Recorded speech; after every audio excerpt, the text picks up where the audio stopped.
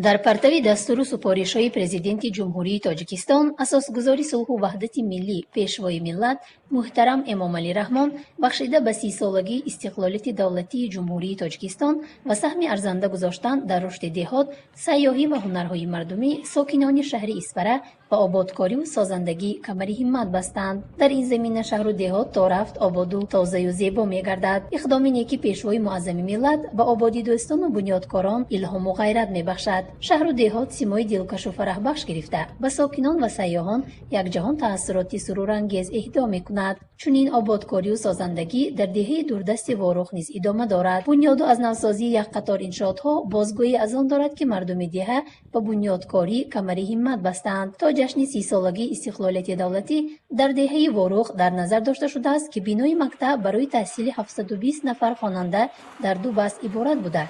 از 3 آشیانه و 12 صنفخانه در محله سنگدوده بنیاد کرده می شود. حالا کارهای ساختمانی در مؤسسه ادامه داشته، زیاد از 100 نفر ساختمانچیان کارهای ساختمانی را ادامه داده ایستادند. اینچنین در مکتب رقم 23 صنفخانه‌های علاوه‌ای برای 240 نفر خواننده ساخته شده. کارها در عرصه انجامیابی قرار دارد. در اساس دستور سپارش‌های پیشوای معظم ملت و دستگیری به واسطه مقامات اجرایی حاکمیت دولتی ولایت سوخت در جماعت دهات واروخ انشاءات‌های گوناگون ساحه اجتماعی ساخته شده ایستاده است که برای بهتر شدن وضع نیک و احوالی مردم مساعدت خواهد کرد و در تمام محله ها، در تمام کوچه ها امروز کارهای آبادانی با مرام ادامه دارد. همچنین 2 میدان فوتبال، حوض شناوری با تمام شرایط‌های زمانوی، چایخانه، مهمانخانه از طرف صاحبکاران ساخته شده ایستادند. برای از نوسازی کاخ فرهنگی دهه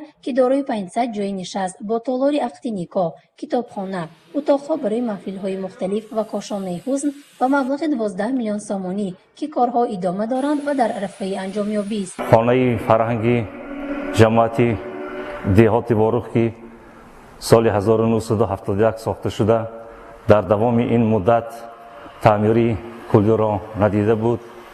محض با دستور و سپارش ها و هدایت های اساسگزاری صلح و وحدت ملی پیشوای ملت پرزیدنت جمهوری تاجیکستان محترم امامعلی رحمان از نو تعمیر شده ایستاده است.